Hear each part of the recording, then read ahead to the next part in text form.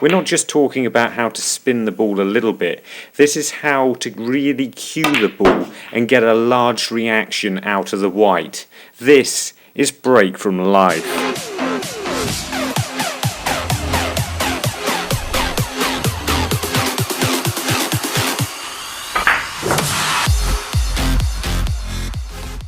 Welcome back, and if this is your first time watching one of our videos, then it's fantastic to have you here. What's the shot that everybody would love to be able to play? There are an awful lot of players out there who would love to be able to play a long screw shot.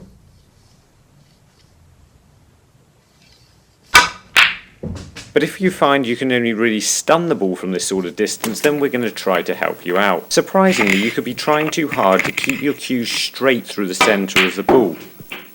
Most people will know that when you've got a shot like this where you need to put spin on the ball, you've really got to stay still on it. But what they don't realise is when they're trying to do that, that means they'll end up tensing up on the shot.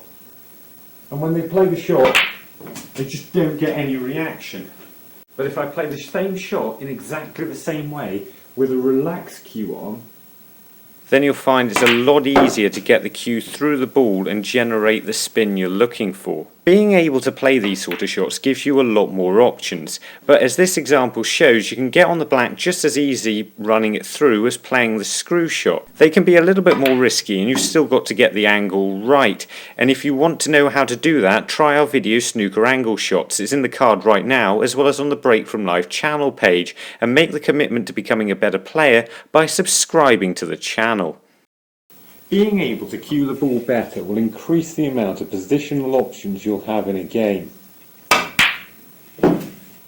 Positional shots like this are all about how much spin you can generate for the cue ball, rather than how much power you play the shot with. And to demonstrate this, I'm going to use the spin ball. Now the shot on the top, I'm going to play harder, and the shot on the bottom I'm playing slower. The shot on the top gets there first but has less spin on the ball, and I also strike the reds less accurately. The shot on the bottom got there slower but had a lot more spin and was clearly rotating faster, and it nearly comes back twice as far. And these sort of shots won't just help you with your podding and position. If you're not the most accurate potter of a ball, you can still use your cue power to screw the white back into bold and safe on shots like this.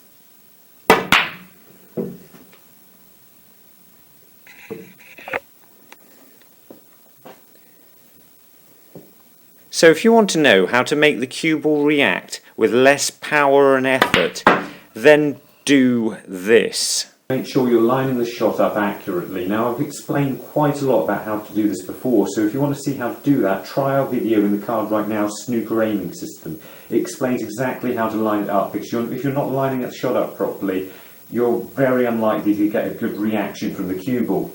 Nextly, if you're going to be playing a shot with a lot of spin, you want to make sure there's enough chalk on your tip, and when you walk in on the line of the shot, walk in on a straight line up to the line of the shot. Now when you get right up to the cue ball like this with your tip, you want your arm at the back here to be going more or less straight down. You don't want it too far back, you don't want it too far forward. If it's too far back, when you hit the ball, you'll find that you're hitting it too much of a jerking motion like this and you won't get the spin you want. And if you're too far forwards, you just won't be following through enough on the shot and you won't generate the spin that way. Other thing you need to know when you're striking the cue ball is how low you can hit it before you get a miscue. So I might get a miscue there, for example, but I might be okay hitting there.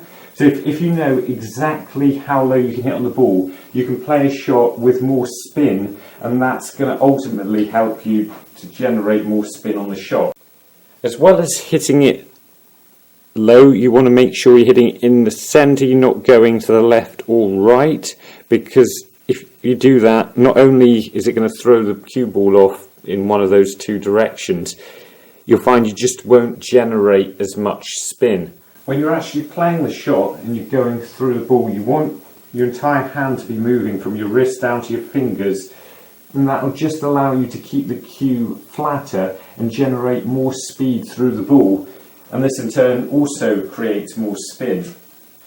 So we're going to walk into it, get into a nice position absolutely perfectly, And as I said earlier, you don't want to have any tension in your arm at all. If you've got tension anywhere in here, you're just going to not hit it more like that rather than a smooth flowing motion, and that's going to reduce again the amount of spin you can play the shot with. Something I've noticed I do wrong on these shots that need a lot of cue speed is bring the cue up like this as I play the shot.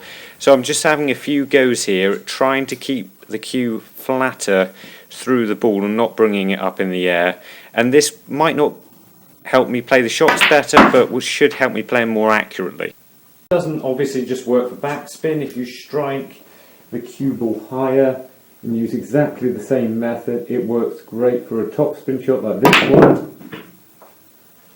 It works if you want to play a shot with extreme amounts of side spin.